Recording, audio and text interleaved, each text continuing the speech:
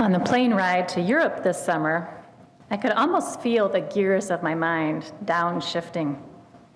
I was headed for a pilgrimage in Transylvania, the birthplace of Unitarianism, where I would visit historic sites and learn with colleagues. I had the itinerary, but I barely needed to look at it. I just needed to show up in the appointed place each morning. The usual duties and distractions of my day-to-day life disappeared. I was untethered from my cell phone and rarely online. The unending to-do list in my head and the sometimes subconscious process of triage, constantly evaluating where do I need to prioritize right now, it all could fall away. I didn't even need to tend to my child, who was happy and safe in her father's care. When I was in one of the many worship services we attended, even when the words were in Hungarian, I drank in the scene and listened to all the voices. When a tour guide or site host or presenter spoke to our group, I was immersed in the subject. As we pilgrims traveled by bus from city to village, across the plain or into the foothills, I rapidly watched the sights go by, taking in the brown ribbon of a river, the long rectangles of corn growing, the ornate gates of the village homes, sheep grazing on the side of a mountain. I needed no further occupation than this. The return home required a number of adjustments. Gradually, my body reacclimated to this time zone and got over the cold I had picked up on the way. What I did not want to let go of was the presence of mind that had developed over the pilgrimage. I wanted to stay in the groove that I had gotten in. About a week after getting home, I wrote in my journal, I have been aware of one-pointedness more since the pilgrimage. There was so much just being there, taking it one day, one moment at a time. Now I crave the simplicity of one unhurried activity and a unified mind over having background music or TV before bed or snacking while doing other activities. There's still the impulse to follow old patterns, but I'm slowed down enough that I can recognize the effects of doing two things at once. It's not only counterproductive, but uncomfortable and undesired. I want full concentration, full enjoyment, full presence in each activity. This is a gift of the pilgrimage. How could I make it go on, this experience of a clear, spacious mind?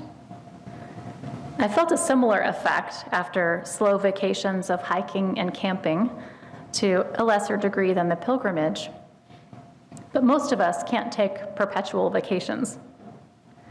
Nor do I want to be living for some future retirement with no responsibilities. I want to be fully in my life now.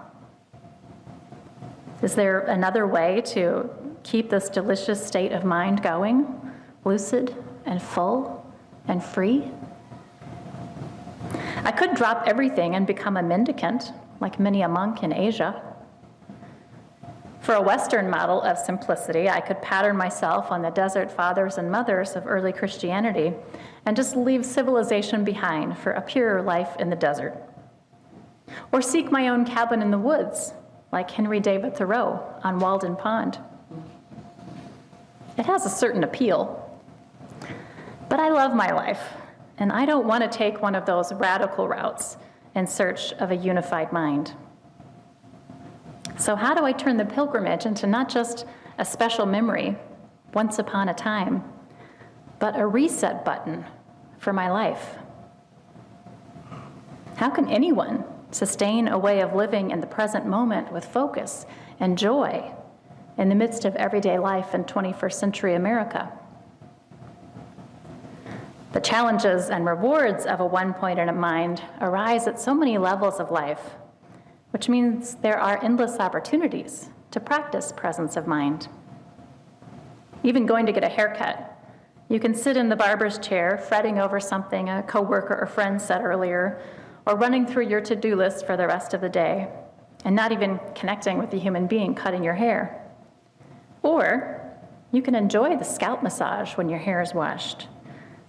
Have a really clear conversation about what you want in this haircut, always a good idea. And laugh at the funny plaques on the wall. This may or may not be more likely to happen if the shop you go to has a clever name, like the one I used to go to, Be Hair Now. I find that when I go walking outside, I get a gauge of how settled or scattered my mind is. If my mind is looping the same thoughts and I'm oblivious to what's around me, it's a clue that I need intentional effort to clear my head. Tuning into the sights and sounds of nature often helps me do this. Poet Mary Oliver writes, "When I walk out into the world, I take no thoughts with me. That's not easy, but you can learn to do it. An empty mind is hungry, so you can look at everything longer and closer. Don't hum. When you listen with empty ears, you hear more." And this, Oliver says, is the core of the secret. Attention is the beginning of devotion. On a recent tramp in the woods, my mind settled down as I was drawn into the sights and sounds around me. First to catch my eye were baby frogs about the diameter of my pinky fingernail hopping away from me on either side of the path. I couldn't resist catching the first frog I saw in my cupped hands. Something else skittered underneath the forest debris, shiny and snakish, but tiny. When I pushed the leaves away, I got a glimpse of what may have been a dwarf salamander, glistening wet under dry leaves. Following the creak and hop of crickets through a meadow and down a ravine back into the woods, I encountered a tree whose name I don't know, but whose pyramid-shaped seed pods have fascinated me before. I never saw this tree until I got to Texas. Then an orange butterfly meandered near me, settling delicately on a plant. Its wings seemed to breathe in silent majesty with their graceful, pumping rhythm. It often takes some time for me to be able to take in the scenery this way. Not so with Winnie the Pooh. I took my daughter to see the new Christopher Robin movie recently, and in one scene where Pooh and a grown-up Christopher Robin are riding the train, Pooh is easily engaged. Christopher is caught up trying to solve a critical problem from his workplace and barely looks up from his papers, directing Pooh to amuse himself. So Pooh watches out the window, naming each thing that the train passes by. Tree, cow, child with balloon. I felt sorry for Christopher Robin when he glanced up from his desperate scribbles at Pooh, almost disbelieving that anyone, even a stuffed bear, could be contented with such a simple pastime. Long-standing habits can undermine even the most heartfelt intention to cultivate a more one-pointed mind. One person wrote of the challenge of clinging desperately to my habit of listening to music while doing other things, cleaning, cooking, eating, driving, sometimes working. I've experienced this challenge intermittently over the years with one-pointed attention, especially while driving. Listening to the radio or a music album had become a habit for me, and I would automatically turn it on when I got in the car. I remember a period where I was really torn about it. A journalist delivered the news as I drove, and I'd realized that my mind was busy thinking about something else, and it was actually unpleasant to have these two tracks going at once, my thoughts and the radio voice. 3 tracks if you count driving, which of course is the most important track to pay attention to when you're behind the wheel. So I would switch the annoying sound off, but then a few minutes later, almost reflexively, without really realizing I was doing it, my hand would reach out and I would turn the radio back on. So I did this over and over again. I was just so acclimated to overstimulation that at first it was uncomfortable. to be in silence. However, I also observed that I felt better when I got home if I reduced the number of things my mind had to either pay attention to or tune out. My thoughts were clearer. I arrived feeling more centered.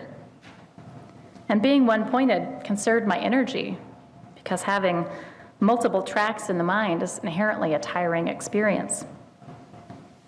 By listening to my actual experience and repeatedly turning off that radio dial, I was slowly retraining my mind to prefer one-pointedness, to trust this state of being and want to return to it. In the movie, the adult Christopher Robin is so absorbed in the troubles and responsibilities of his job that he has a hard time paying much attention to anything else, even his wife and daughter, who lament how little they see of him. He comes home late one evening when his child is just about to turn the light out and go to sleep. She wants him to read to her. Christopher is distracted, but who can resist that face? He agrees. Alas, in his state of mind, he is not able to tune into what a child would want. He begins to read to her from a dry history book. The poor child quickly says goodnight, turning the light back on after her father leaves to read herself a proper bedtime story. It's hard for parents who can't leave their work in the workplace to really be present with their children. I can almost imagine Pooh offering Christopher his own version of the Zen aphorism to sit or walk, but don't wobble. Pooh might say, if you're going to eat honey, dig in with your paw and really enjoy it. If you're going to bounce like a tigger, bounce away. But don't try to eat honey and bounce at the same time. Can you picture the spilled honey pot? Multitasking was a popular idea for several decades, but even employers are beginning to catch on that you can't really do two things at once, and that trying to do it fragments the mind and lowers productivity. People are more effective in their work or whatever they're doing when they can concentrate. That's at least as true for children as it is for adults. So all those kids who are going back to school, one of the best things you can do for your education is to put your attention where you want it to go on the subject at hand. Just practice it. When it's time for art or PE, try to be all in that activity, even if it's not your favorite. When it's time to do math problems, give that your best focus. I was pleased when our child was in preschool at a younger age to learn that the teachers put a good deal of effort into supporting the development of concentration in their young students. It was a Montessori school where the importance of concentration for learning and its connection with the child's ability to self-regulate was deeply appreciated.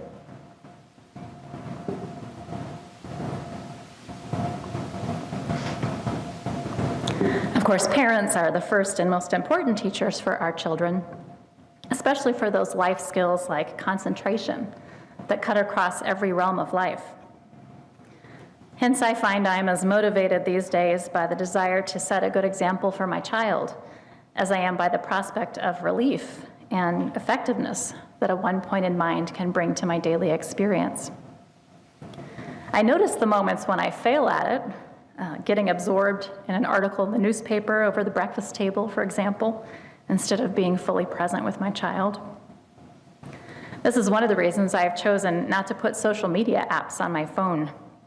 I don't want that constant distraction available to me, luring me away from interactions with my child or whoever might be around me if I'm not intending to be doing that.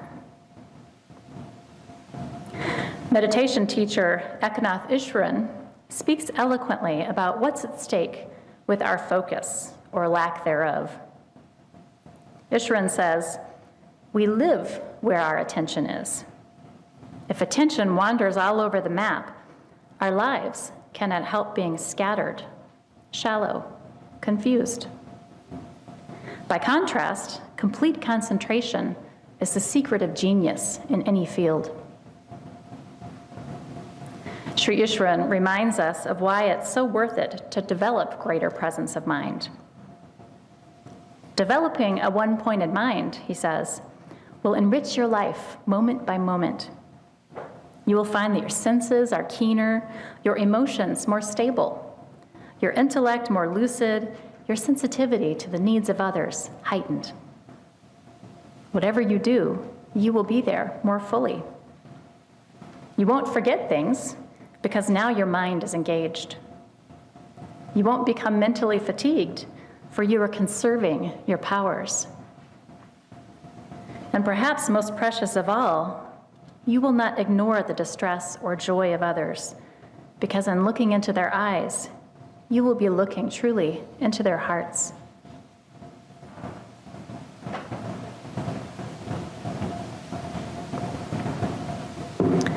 Sounds great, but how do we do it? So many factors in our culture push against a one-pointed mind. How can we increase our skill at directing our attention where we want it to go? The most basic way of training attention is simply to bring your mind back when you realize it has wandered. Ishwaran compares it to training a puppy with affection. When something distracts your attention, he explains, you say, "Come back," and bring it back again. With a lot of training, you can teach your mind to come running back to you when you call, just like a friendly pup. I mentioned earlier a person who was struggling with not listening to music while doing other things. They shared the realization that they actually were already successful with one-pointed attention in some other areas, particularly at the workplace. So I made a goal, they explain, to increase my efforts at giving my students and coworkers quality one-pointed attention for the last few weeks of the quarter. As a result, I've noticed a significant increase in my ability to be one-pointed outside of these interactions. I no longer listen to music all the time, like I used to, and sometimes find that I actually can't accomplish the task at hand with music playing. This person discovered that when they put even greater effort into those places that weren't as challenging to work on, the intentionality carried over to areas of life that maybe weren't as easy to tackle directly. A regular practice of focused meditation can be a powerful way to train our attention muscles. I'm most familiar with the method that Ishwaran teaches, which uses an inspirational passage from the mystics or scriptures of the world's wisdom traditions. The meditator memorizes a passage, such as a selection from the Tao Te Ching, not the Tao of Pooh, or the prayer of St. Francis, and during meditation, drops each word slowly in the mind, calling the mind back to the words of the passage whenever it starts to wander. It takes diligence to establish such a practice, but the rewards are immense, and they grow only deeper with time. After I had been meditating like this for a number of years, I remember coming out of meditation in my loft, down the spiral staircase, and recognizing I was in a state I didn't really remember experiencing before. I was no longer thinking in words. My mind was not filled with thoughts. There were just the sense impressions of walking down the spiral stairs and the images of my home. It's kind of embedded in me. Pure experience, unlayered by words. Now, maybe for someone else, this would not have been such a breakthrough, but my waking moments tend to fill with words, even if only up here. The suspension of this stream of thinking and narration and analysis of my experience was a beautiful revelation to me. It was a hint of what life can be like when the mind is still. If I wasn't a meditation junkie already at that point, that surely would have made me one. Now, if meditation sounds daunting, never fear. The last strategy I'll mention is a much simpler one. Read more. Columnist Thomas Appong reports that reading not only improves your brain's connectivity, it also increases attention span, focus, and concentration. And he points out, if you struggle to focus, reading can improve your attention span. Apong suggests reading 15 to 20 minutes at the start of the day to warm up your mental powers of concentration. But you could just as well read when you get home from school or as a way to relax and center before bed. All the better if what you read elevates the spirit. I believe it matters greatly to Unitarian Universalists whether or not we become skilled in directing our attention, because we aspire to love, and attention is love in relationships.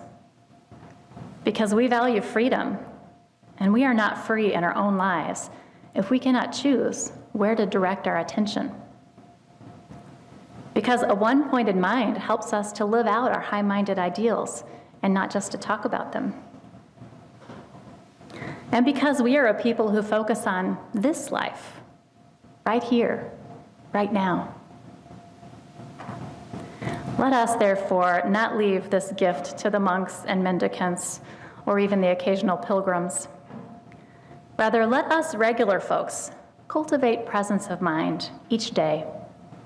Our lives will be richer and more powerful for it. May it be so. Amen. I invite you to rise and body your spirit for our closing hymn, number 83, Winds Be Still.